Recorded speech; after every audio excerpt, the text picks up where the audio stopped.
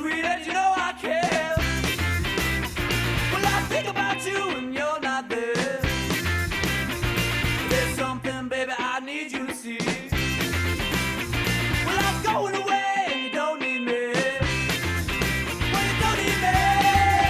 Girl, you don't need me. You don't need me. Yeah, you don't need me.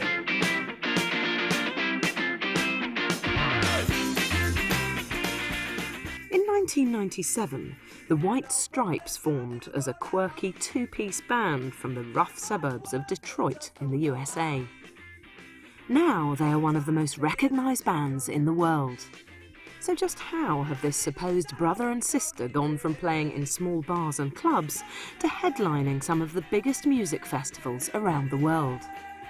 Is it just the red and white that's made them stand out?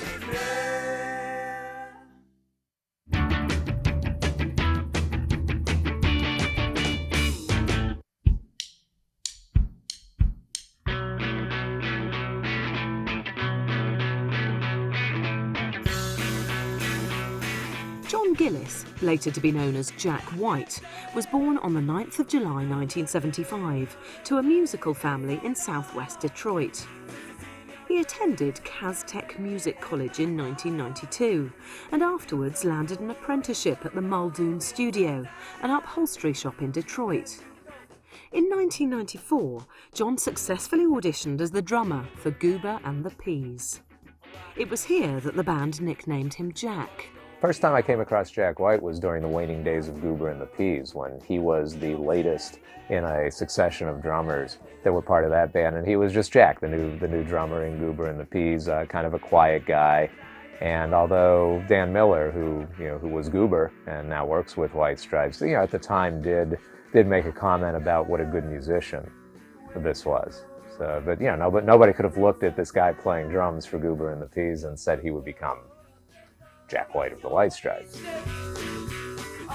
He was playing drums with a band called Goober and the Peas, and I had seen them around that time, and I knew him through other connections with Meg and all that, and I kind of forgot he was in a band, and then he came in one night on one of our open mic nights and was playing drums, and he was really good. While in Goober and the Peas, Jack met Meg White, a Detroit girl from the east side of town. The couple married in 1996, with Jack taking Meg's surname of White. The following year, they started the White Stripes. The White Stripes were odd for the Detroit scene. The concept of a duo, a guitar-drum duo, was not really odd in rock and roll. There were a few of them out there. But yeah, the first thing you often heard from people who saw the White Stripes were like, oh, there's only two of them and there's no bass player and the drummer's a girl. I remember their first show a little bit. It was actually, they may have played a couple times. I know they played at least one open mic night at the Gold Dollar, our Sunday night open mic, and it was questionable. Nobody was like, we're going to go see the White Stripes, they're a new band. Everybody came, they were opening up, and everyone was like, oh, it's the two-star guy, he's got a band. And they get on and they have this little podium pedestal, he put this amp on and he draped this red scarf over it, and they had the red and white image and the candy cane on the drum kit. I think once people figured out that this was a drummer and a guitar player, a drummer who frankly wasn't very good at that point, there was probably a sense that it was kind of gimmicky, maybe it was sort of a whimsical side project for Jack, who was clearly a gifted guitar player. And I just remember that Jack had this crazy strawberry hair, and it was really curly, and he wore it kind of high on his head, and it was definitely interesting. It doesn't look anything like he looks today. I think the first time anybody saw the White Stripes, certainly up until their notoriety, it takes you back for a minute, and not just the duo, the concept of the duo, but it was certainly in the beginning, it was so raw and so kind of jagged, and Meg kind of chasing Jack, and Jack trying to both direct Meg and go where he wanted to go. You think she's playing basic simple beats now? Well, they were simpler then, and there were a lot of mistakes and tempo problems, and it's amazing she's really picked it up. The White Stripes were just getting started, So their whole trip was kind of interesting to all of us. There wasn't anybody, whether it was Band and Rooster, there were bands that were doing two-piece stuff and R&B based two-piece stuff, but the White Stripes sort of had this delicate quality. It started out as, yeah, we're just going to do this for fun, this will be interesting. And then it started picking up, and he was still doing the other projects, and then it picked up even more, I think, beyond his or anyone's conception. At the point where everybody was kind of, you know, being like, oh, this band's cool, and more people were coming. I remember there being a show where there were like 50 people at the Gold Dollar watching the White Stripes when they were starting to, you know, they weren't like the first of 3 bands, they were the second of 3 bands. And you know, them playing a show and her picking up really badly, and you know, Jack getting on the mic is like, can anybody in the crowd play drums? I think I need a new drummer.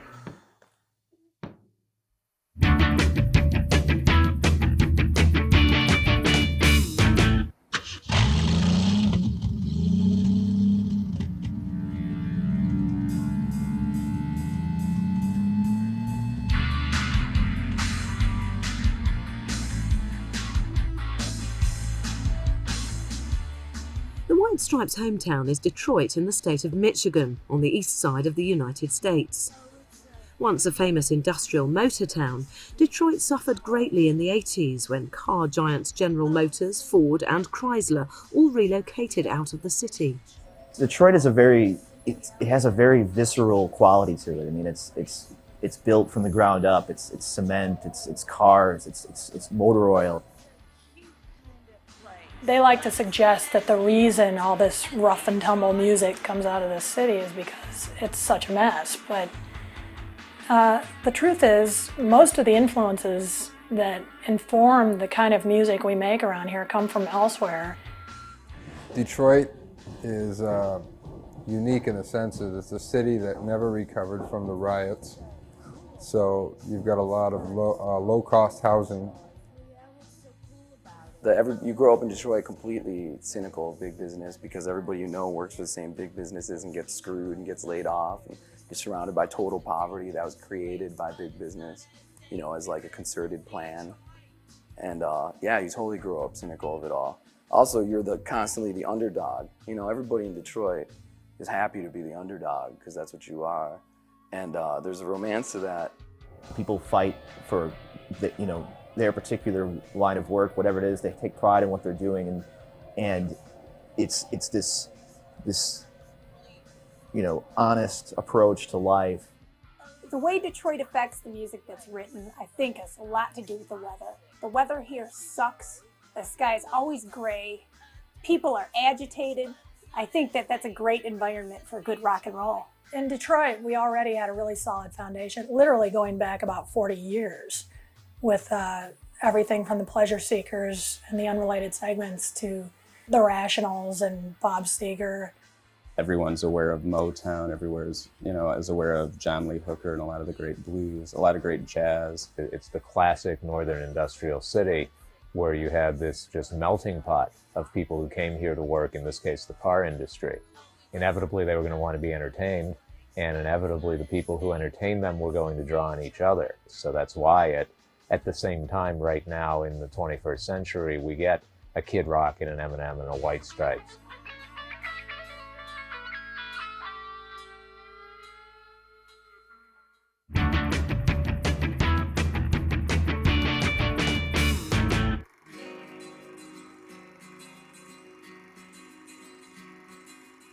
In the 90s, the most influential music venue in Detroit was the Gold Dollar.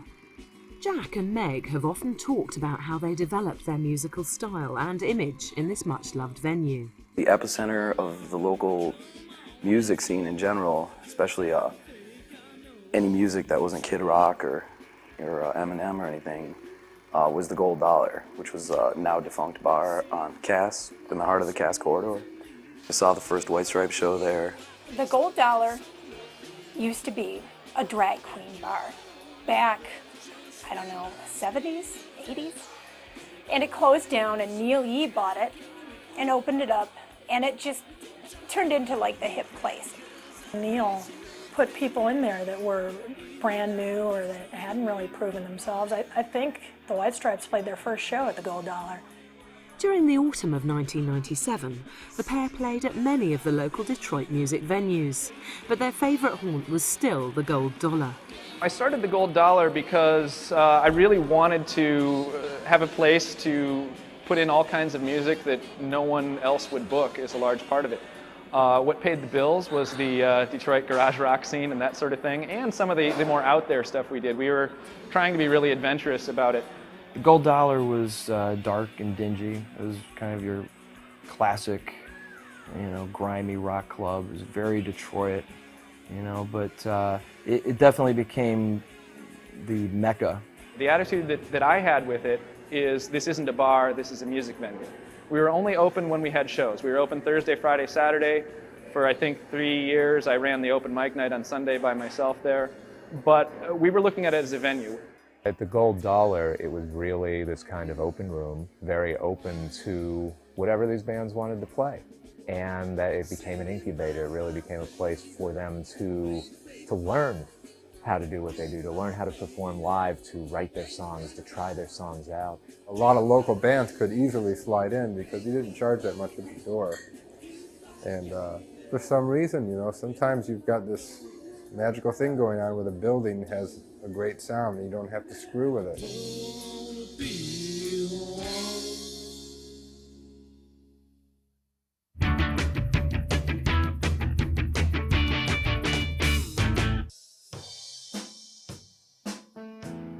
The first person to take the band more seriously was Dave Buick of Italy Records, who approached Jack and Meg about the possibility of releasing a record.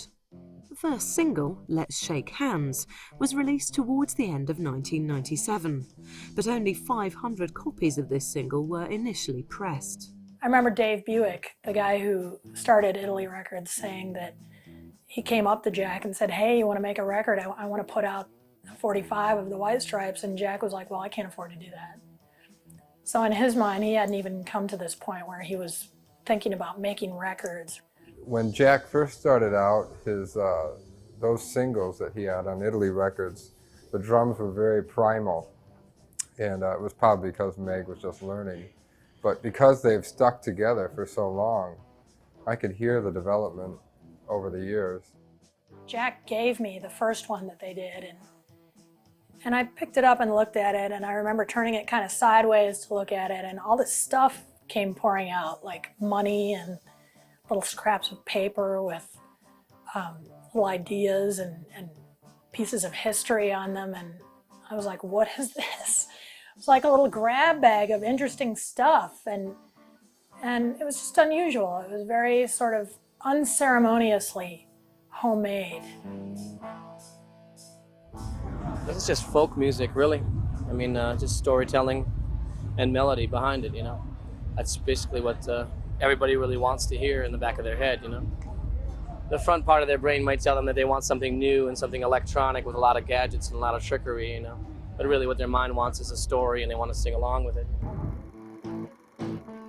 By 1999, the White Stripes had cut their first self-titled album, with the help from Detroit producer Jim Diamond. It was released by independent California label Sympathy for the Record Industry. When I first saw Jack and Meg playing together, it was, it was kind of funny because Meg had just started playing the drums, and they were just they're about 10 years younger than I am, so they were just beating out. I think Jack is 10 years younger than I am, 9 or 10 years younger. So they were just beating out some real simple chords on the guitar and drums, and he was shrieking, and I thought it was kind of funny. He was cute. The first White Stripes record probably was, I don't know, we probably did that in, a week, 7 days, 5 days. But it was split up, so we'd come in and do all the tracks and then come back and do the mixing. But it didn't take long at all. Jim Diamond, sort of now legendary Detroit producer, lent his hand to it, but certainly no polish whatsoever. And I think a lot of the diehard fans will tell you that, at least sentimentally, that's still the one that grabs them. Sure, but in typical Sympathy for the Record Industry fashion, I went out and bought it, rather than waiting for that company to try to send it to me. You know, the one thing about the White Stripes very early on was, it's not that they were anti-success, but Jack in particular was so much about doing it on his own terms. I mean, as far as Jack getting the sound that he wants, he had some ideas. He was very, you know, self-conscious, I think, because we had to run everything. I remember we ran all the vocals through a guitar amp because he said, I don't want it to sound like it's in a studio. I said, but you're in a studio, so then you should do a live recording. But so no, it was pretty easy. We had a good time together. That first record came out, it was like, you know, one of the first exciting Detroit bands to have a record out. You know, there were a lot of rocker bands putting records out, but that was the first one that was kind of like truly quirky. At that very exciting time. You know, I think their other albums have all been very accomplished, but that was the one that sounded, because it was the first one, it sounded the freshest and the most original and the rawest. And so, you know, I felt like they did a great job and was very excited. That first album, in a lot of points, sounded like something that was always on the verge of falling apart. In a lot of ways, that was the charm. That was kind of there was an energy, but at the same time, it was always teetering on that edge, and it gave it that sense of tension, I think, that good rock and roll has. As far as a favorite memory recording, there's this one song on the first record where Jack rings his school bell over and over, and I really liked recording a bell. That was one of my favorite memories.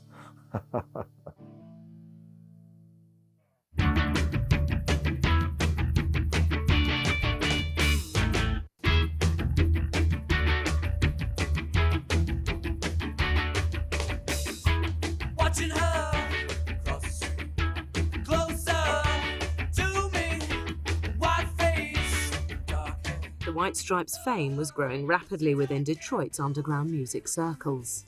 Although Jack has always taken control of the band's performances, Meg's powerful role within the duo has been less understood. Meg is shy, you know, just like anyone would be if they were put on the spot. But I remember her, you know, she was always the one closing the bar out at night. You know, she was one of the last ones left every night. Out of the whole gamut of a lot of Detroit rockers, he was the one who wasn't like, you know, just at the bar on the weekend getting wasted or any of that. He always struck me as being very serious about being in a band, and he was one of the few people who was seemed businesslike about it. Friends of the White Stripes will tell you that Meg is a very quiet person, probably even sort of shy, but that when she does talk, Jack definitely listens. A couple things that haven't changed. He's always been considerate, especially to bands that he invites to play with. And he's smart as hell. You know, he knows what he's doing. He's very confident, and it shows. As the band's reputation grew, it was ironic that bass players from across Detroit started offering their services. There used to be talk about people would write or say, hey man, you guys need a bass player, I'll try out. You know, people would joke, people would do that seriously. Well, hey man, where's the bass player? Well, as the sound man, I wouldn't say they needed a bass, but I did cheat with them a little bit because I'd say on the new records and the way they play now, this guitar sound is a lot thicker. He had one amp and it was really thin sounding, and I would always actually EQ it quite a bit and do some other things to make it fuller sounding. Because you need a fuller sound. You don't necessarily need the bass, but you do need a fuller sound. Well, the fact that they don't have a bass player really, and the fact that they've gotten away with not having a bass player, to me really isn't that surprising, because there have been other bands out of Detroit that were huge in other parts of the world, like the Gories. Flat Duo Jets, Phantom Rooster, the Gories, Bluesmen, controlling personalities. Those are probably all the reasons they never got a bassist. You know, there was already a precedent set for not needing a bassist by bands that he really liked. I think it was just part of the whole, like, needing to control the whole product. You know, he's always seemed really conscious of their image, you know, even before they actually had the finances to control it as carefully as they do now. They weren't as image conscious at first. No, I'm sure that happens to every band, where the more fame you get, the more image conscious you become. I think that's just natural. You start to feel, you notice that more people are looking at you. So you want to put on a show. You know, on stage, those two are very color coordinated. The backdrop is often an American flag, red and white. Close friends of Jack will tell you his whole house is done up in red and white from top to bottom, which tells you he's at least pretty dedicated to the idea. Funny thing is, nobody ever questioned it. Everybody just got so used to seeing the red and white that nobody ever questioned it.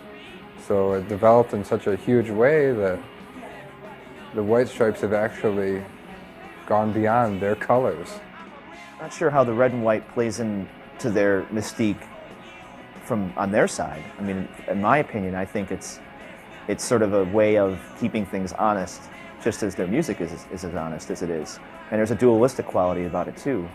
You know, the fact that it's Jack and Meg, guitar, drums, two colors, red and white. You know, they intermingle, they come apart. They can act as lines. They can mix together. They can do all these different things with just these two colors.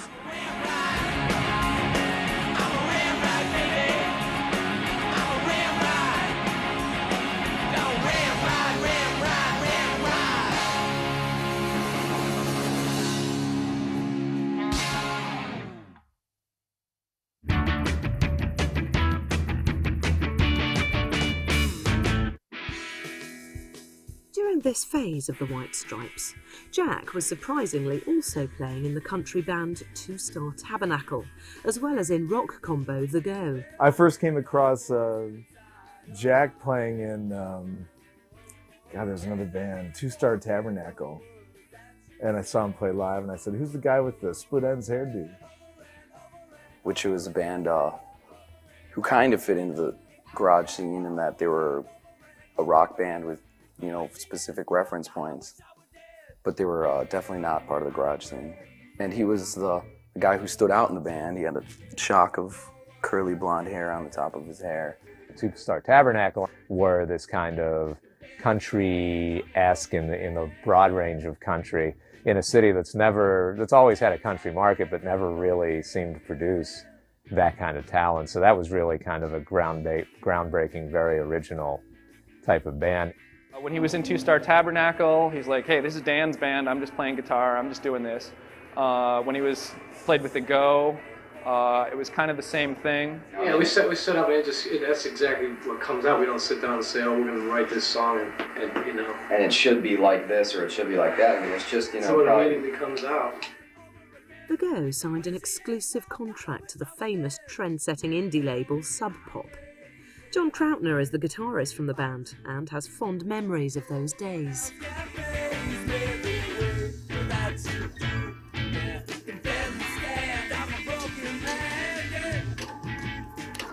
He had an enormous influence because up till that point we just turned into a 5-piece, so all of a sudden we sounded bigger.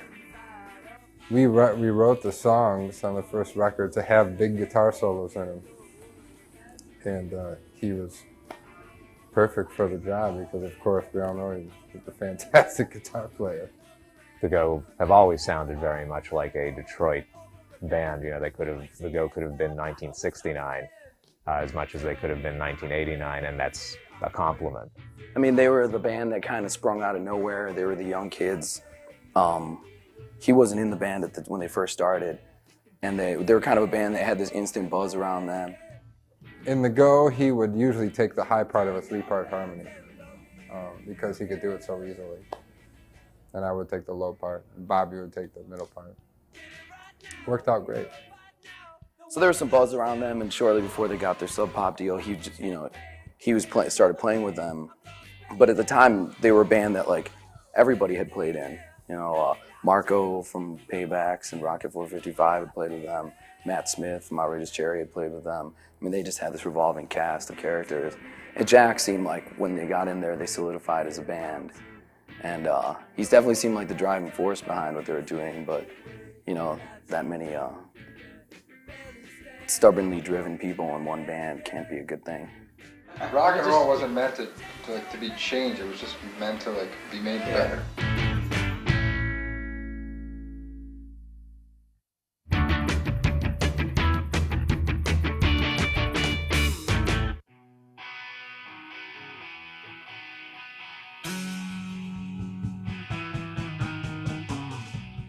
In March of 2000, Jack and Meg divorced, but after only a brief musical separation, they recorded their second album, Distilge.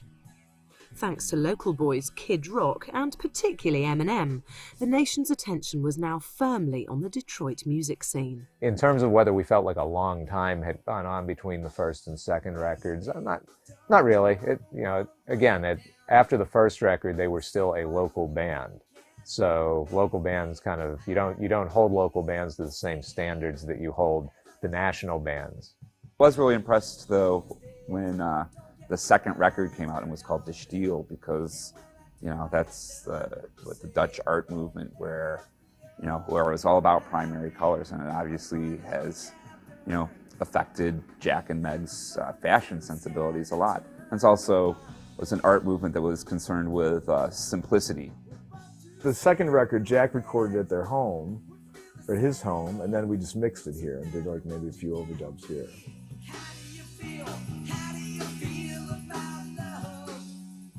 We just write songs like the way we've always written songs, and there was never any premeditation about it, If we went in and said we're going to make a soul record or we're going to make a country record, it'd probably be a failure in many ways, It would just let the songs come out the way they come out naturally, one by one. Different story each time, and then it'll be okay. It'll make a lot more sense than if you had all this premeditation behind it. It was an album that could grab you on the first listen, and I think one of my favorite quotes from Jack was he said, "We were pretty angry on the first album, but that's gone. I think we've gone from anger to bitterness."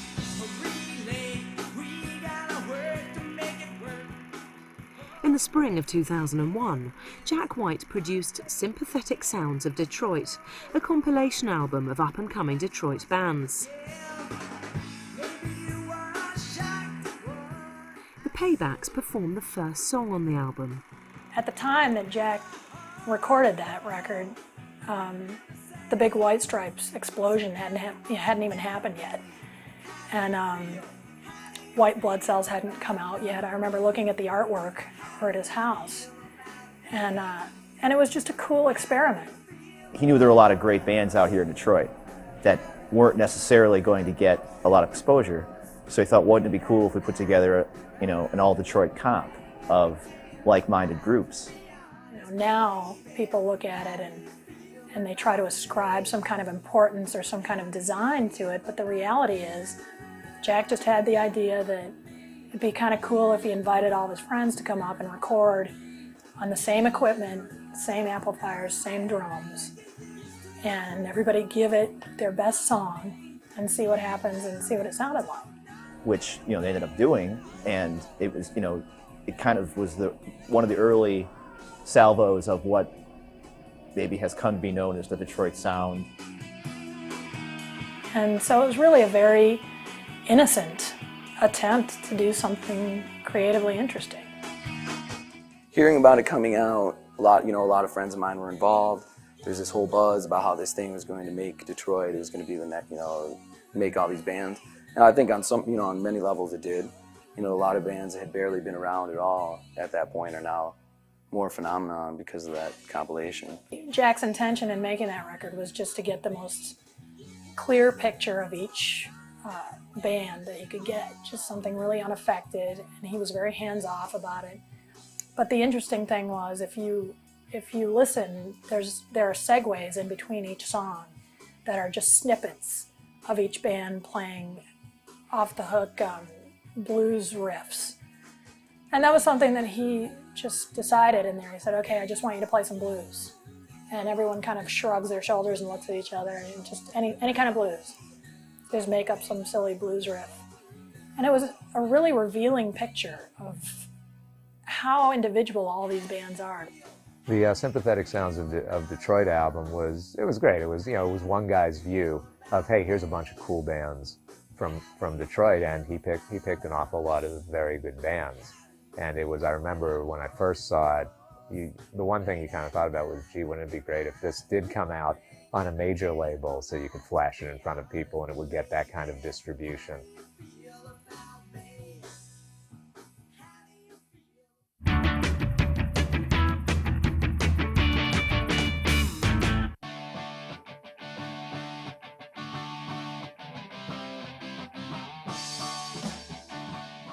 After the Distilled album, the White Stripes became one of the most popular musical attractions on the Detroit circuit. We opened up for the White Stripes, and it was our very first show. And I loved that band. I thought they were great.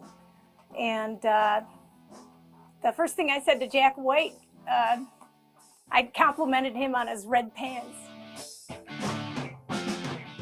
I remember, you know, from the first time they played there and Meg just kind of looking confused.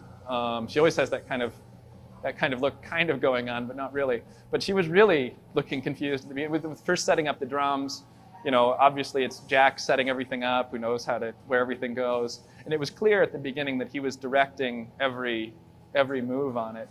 And it was interesting seeing her actually learn and pick that up. While playing a gig at the Magic Stick for a small audience, back when, you know, nobody knew who they were, he stormed off the stage because the light wasn't properly, it wasn't the way he wanted it. You can connect that to something that happened this year at a huge rock festival in California at Coachella when, in front of about 40,000 people, he threw something of a mini tantrum on stage because the mix wasn't perfect on stage. So I, you know, Jack's definitely a guy who cares about how the music's coming off. He has a microphone in front of the drum kit that has a some sort of processing with an old school head on the mic, and then he has another regular microphone facing the crowd, and he would leap back and forth between these two mics while like slashing away at his guitar, just playing these sort of primal, you know, garage punk blues riffs, while, you know, kind of yowling in his voice, which has been, you know, described to be half Robert Plant, half Howlin' Wolf. I don't know, you know, all these different comparisons. It was a mix of like Robert Smith and Ethel Merman or something. You know, he would screech and he was doing stuff that I think most people would be totally scared to do. You know, like you know, crazy falsettos and vibrato, like at the end of Let's Shake Hands. And, you know, holding it all down, Sand's bass player is Meg. You know, with just sort of, you know, she's pounding on the drums in a way, and it's not technically efficient, but she's keeping the rhythm, and she's watching Jack with this rapt attention, and just as he is, you know, looking at her often more than he's looking at the crowd. It was clear that Jack and Meg were very tuned into each other, but in the beginning, she used to operate very much off of cues that he would give her, and you could see he would make little counts. He would do little gestures that were counting gestures, and I remember picking up on that right away and thinking how amazing that was. So they have their own individual kind of communication that you definitely see in concert, and you certainly feel in the music. You do feel her responding to him. And really in the last couple of years, you've also started, I think, to hear Jack respond to things that Meg does. I think Meg has developed a confidence to play something, you know, that just comes into her head, and then Jack will gleefully respond to that. Intuition with the two of them and the kind of natural exchange has become so much more natural, and it's loose, but it's tight at the same time, you know, which is always, when a band can pull that off, that's it. That's sort of what it's all about in rock and roll. I was watching him from the stage, and the crowd was singing along with the words. And I was just in awe. I was amazed because I was like, wow, they're really hypnotizing this town with their music, and it's working. It sounds great. And after the show, I talked to him, he was just as amazed as I was. He goes, I can't believe they were singing the song, you know? And we were all really happy. So it was sort of like good for all of us when that happened, because it was just like, someone is finally getting through to everybody.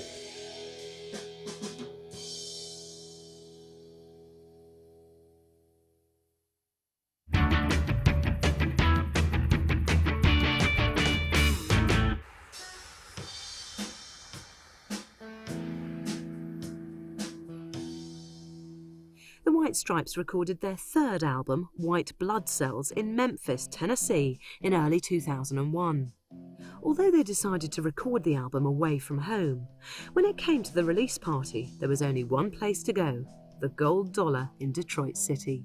It was a 3-night release for White Blood Cells, and we did the first night of it. And seeing the place that filled up, and I mean, they'd done a couple. They did that a couple. They did a 2-night once, also 2 nights in a row with Gold Dollar. That was sold out. And then yeah, that record release was just amazing. White Blood Cells was actually recorded in Memphis in a big studio on a 24-track board. Probably didn't use nearly all of those tracks because I think that the mandate from Jack to the album's engineer was, we still want this to sound like it was recorded in a bedroom. The White Blood Cells album, I would say, was probably the most commercial of the first 3, and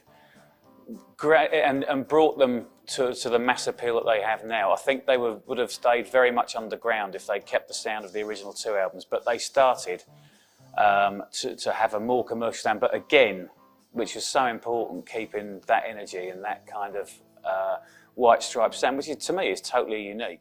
The White Blood Cells album, of course, came along with the setup.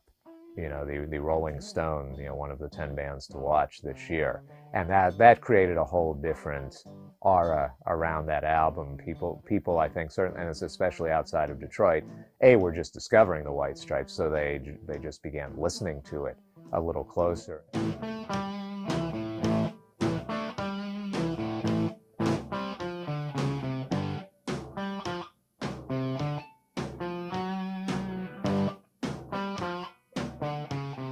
To me, White Blood Cells has this sense of confidence that almost oozes off the disc. You can hear a real sense of sureness in the playing and in the songwriting. And in a way, it's not surprising that was the album that finally broke these guys. It has a real childlike quality in some of the songs, but then there's these sort of moments of you know, sonic fury, you know, it's just slashing away at this guitar, and the production's really great in that record too. I mean, for just a duo, they still sound like a duo, but there's just a really great roaring guitar sound in all of Jack's guitar playing that I think a lot of people latch onto. One of the singles that came off that album, Fell in Love with a Girl, which is just an absolutely brilliant, almost like punkish 90-second pop record. And the sort of thing that our DJs put on down here on like Friday and Saturday nights, and people just go absolutely nuts. You still get people saying, oh, God, who's that record? Who's that by? But as soon as they know it is, you know, they become converted like me and go out and buy it. It's a great, great record.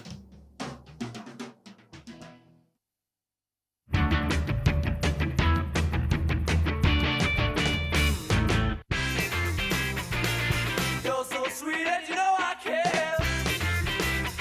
Well, I think about you when you're not there.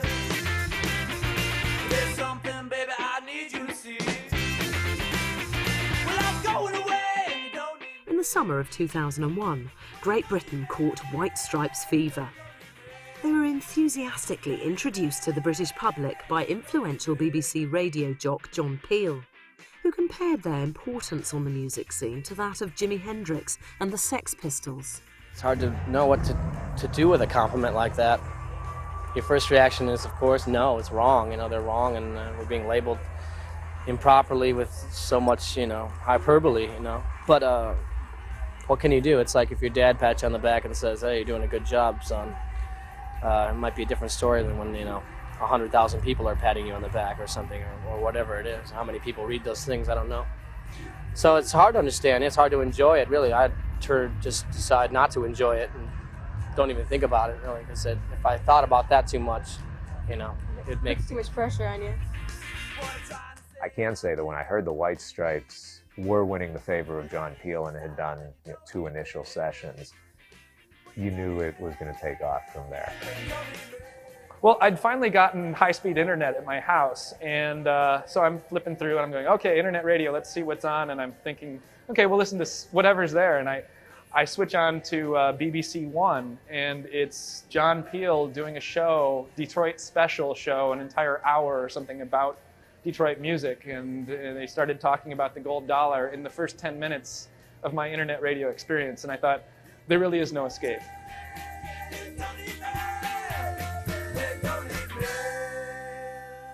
Their first UK gig was at the 100 Club on London's famous Oxford Street. The first time I came across the White Stripes was when Metropolis Music called me and asked me to put a date into the diary for them. And to be honest with you, even though I like to think that I've got my nose to the ground, I'd never heard of them. I've never heard of them. And then gradually, as the date got nearer and nearer and nearer, it was quite obvious that they were going to be absolutely enormous. The impact of the show here was huge.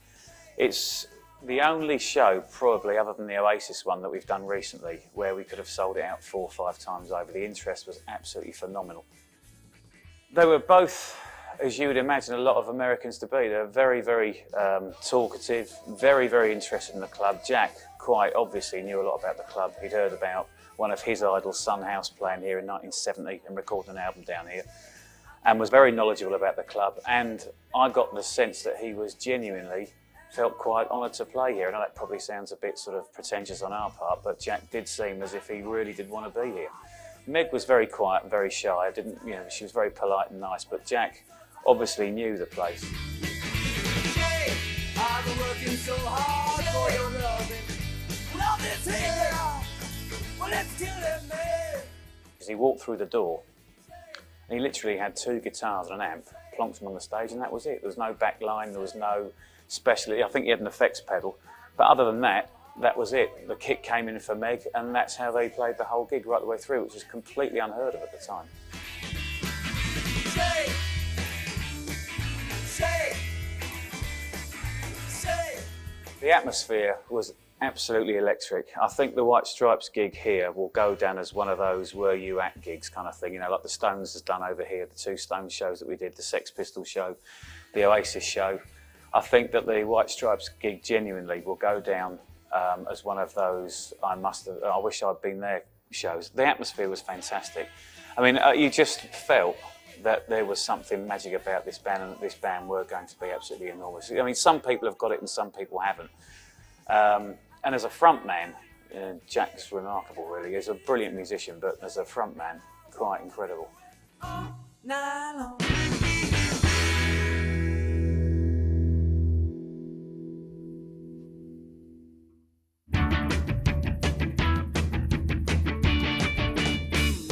We're brother and sister. We grew up together, and that was only relationship we had besides that before the band. So Meg had never played before. When we started playing together, it was just sort of a lark. It just seemed to work out well. It was real childish and very primitive. So we just kind of continued working on it and see if anything good would come out of it, any good songs, and try to make some 7-inch records together and see, that was just really the most exciting part. Jack White still introduces Meg as his sister, even if we all know they are ex-husband and wife. Although Jack dismisses media attention on his private life, the White Stripes have had a love-hate relationship with the press.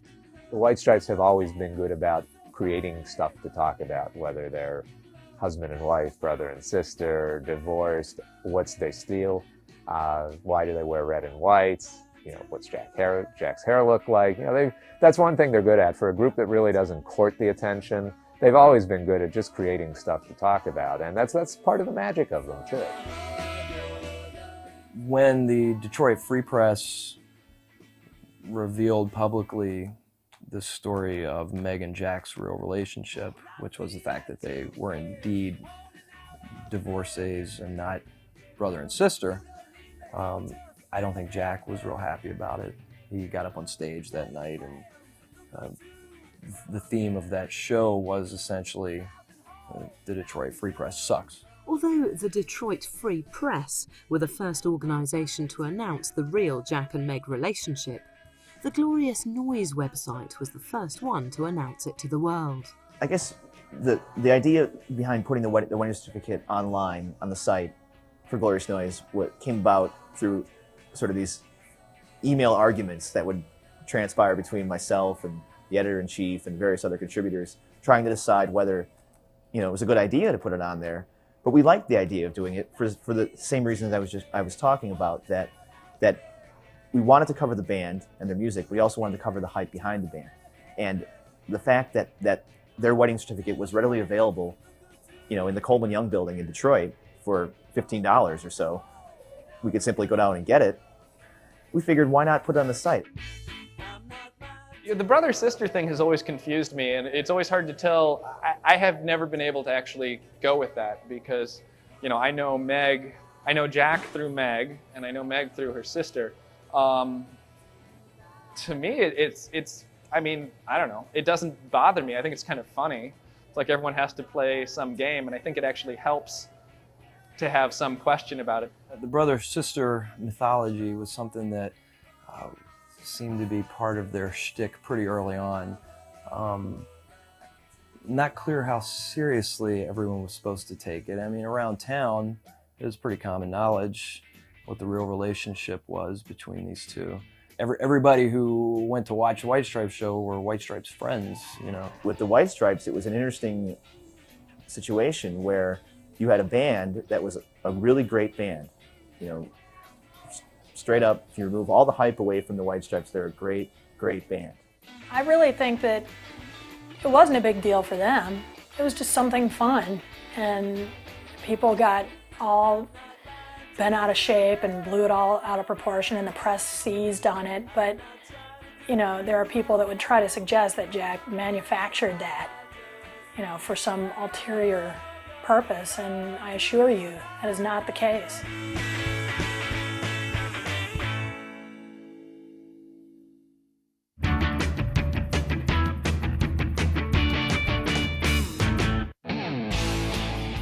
Towards the end of 2001, Jack and Meg received a call from V2 Records.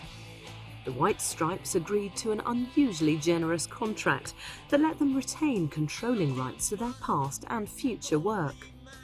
V2 re-released White Blood Cells and, bolstered by a well-timed marketing campaign, sold nearly 1 million copies worldwide. They managed to grab a really nice record deal, very unusual kind of contract that gave Jack a control that most artists in that position don't get. You know, usually when you sign a record deal, you give up the rights to the master recordings. The record label owns them at that point. He not only kept the rights to his own stuff, he managed to get his own boutique record label out of the deal and pretty much retained creative control. You know, any good artist would say, "Oh, I want to, you know, retain rights to all the masters and do things like that."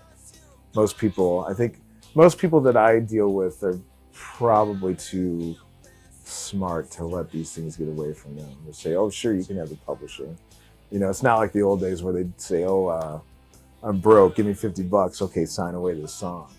Well, keep in mind, you know, Jack White may have his bohemian side, but he's run his own businesses. Comes from a good family, a smart family. You know, he is no dummy. He knows how to cut himself a good deal. So he essentially, to my understanding, has a distribution deal through V2. But Third Man is its own entity.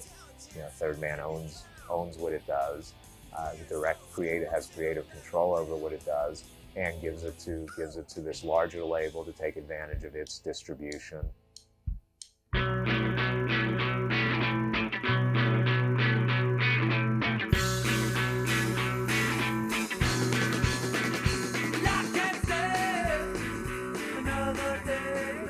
On his previous trips to London, Jack had met up with Liam Watson, whose band had supported the White Stripes in the past. The first contact I had with the band was when they played at the 100 Club, and a group that I am in played with them, opened up for them, and we met, you know, when we got there, Jack and Meg there, we got introduced to them. What had caught Jack's eye was Liam's unusual recording facilities at Toe Rag Studios, which featured an eclectic mix of 70s and 80s equipment.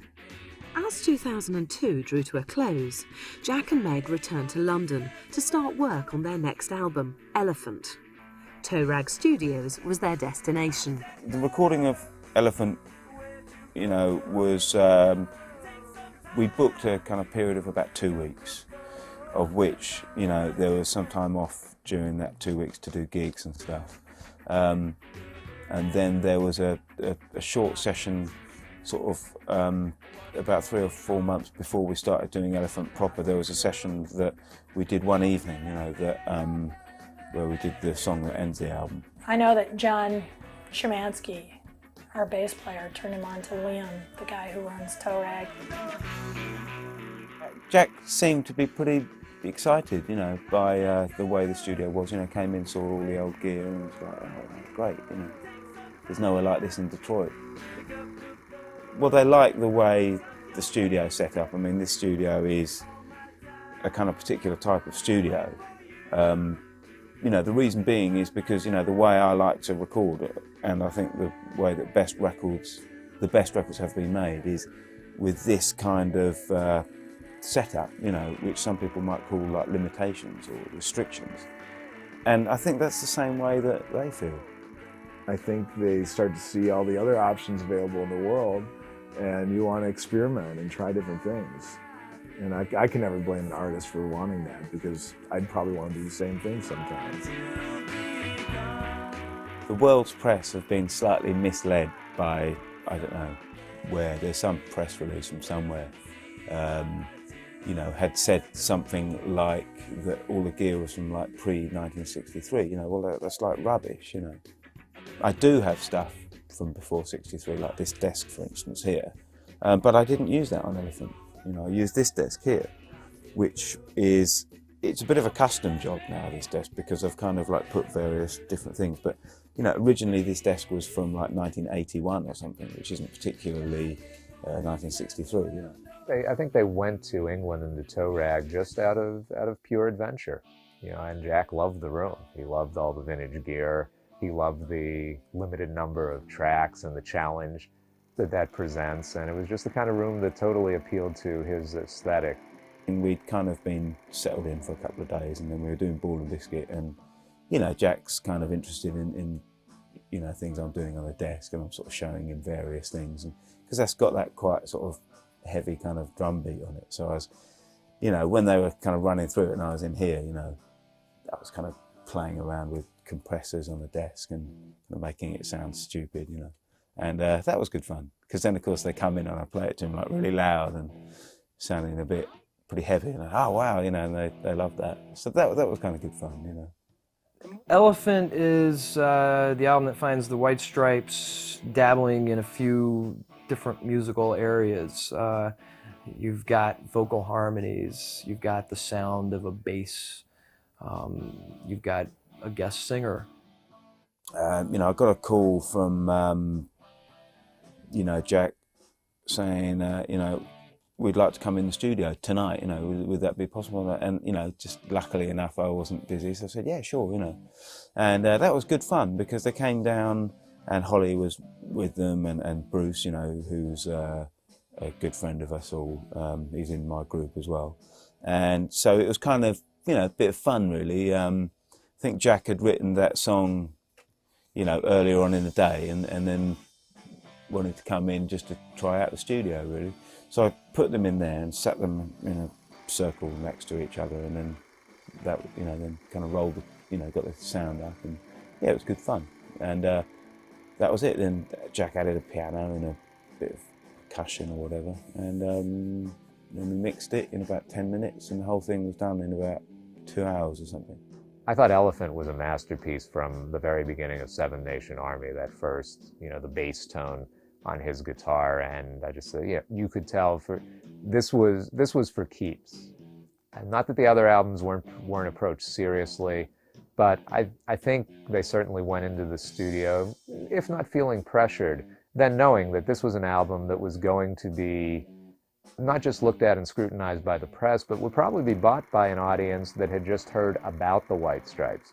They were quite interested in the tape editing that I was doing on the record, you know, with the razor blade and the pencil, and so Meg was quite interested having a look, you know, and I said, hey, you can do one if you want, you know, so I got her to edit one of the songs, you know, and she liked that, you know, that was good.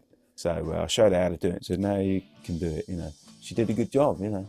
I think there's a future for Meg in editing, you know, if she decides to give up the drumming, you know. The album hit the stores in April 2003 to fantastic reviews and massive sales. Although the White Stripes had a record deal with a large record company, Jack White stayed very much in control of Elephant. His last record, he didn't send out any CD promos. He sent out only vinyl promos because, as quoted in Interview magazine, he said that he doesn't want any critics reviewing the record who don't own record players. That's the ballsiest thing I've ever heard anybody do.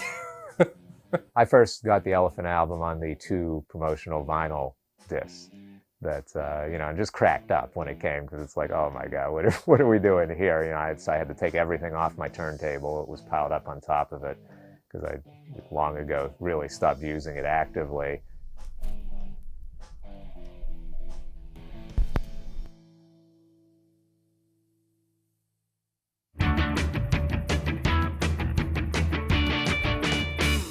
I think we've always been the most comfortable playing live. It was just a matter of seeing how we liked actually doing festivals and the change between that and doing like a more intimate, you know, kind of atmosphere in clubs. So, but I mean, it's gone pretty good so far. I mean, we kind of didn't expect it would, but I mean, it's pretty good. So, it's changing our minds on festivals a little bit.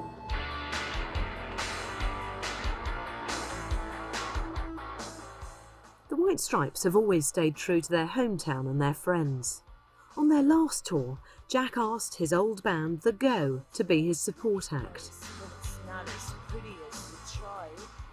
This past tour with the White Stripes, we did 6 shows. They were very regimented. Everything was timed perfectly. Jack's whole crew was like dressed to the nines, and we walked in and we're used to like dropping our equipment in some small crap hole club and, you know, going to find a pizza, but, you know, they had a catering, you know, unit all laid out. Yeah, I did go to the show a few weeks ago at the Masonic Temple. I went with Heather and Meg's sister and their mom. That was fun. But it was really neat seeing him at a big venue with, you know, 14-year-old girls screaming for Jack White. That was weird. It was funny when they opened the doors. I thought back, I'm like, okay, there was that one, the first night I saw them with just the sound guy. Now I have to watch myself so I'm not trampled by these 14-year-old girls running to get to the front of the stage. I was amazed. It was pretty incredible.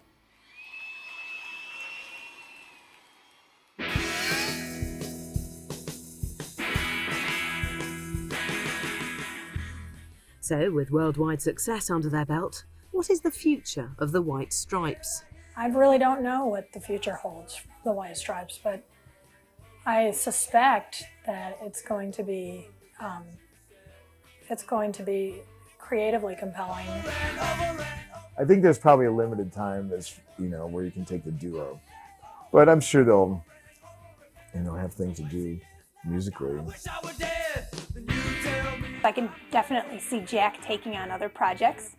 I see other opportunities obviously open up to Meg.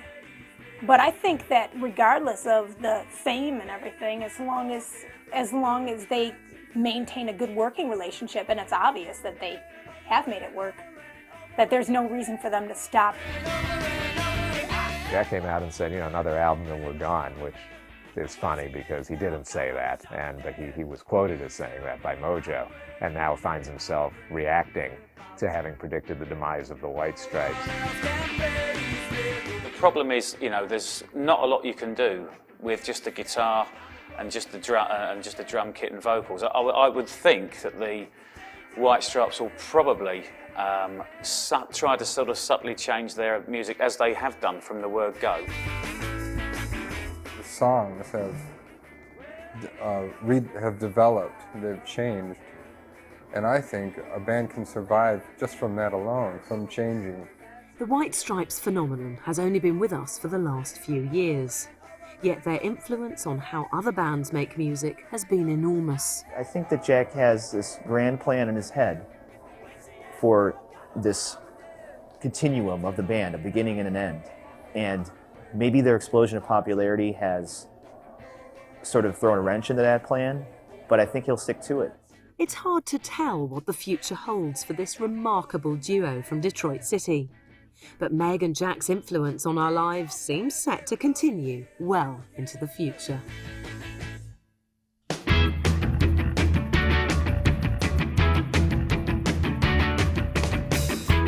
Watching her cross the street, closer to me, white face, dark hair. I love her, but she don't care. Girl, what you do to me? What's going on? I wanna set you free. Girl, what you gonna do? What's going on? I wanna be with you. You see right through me.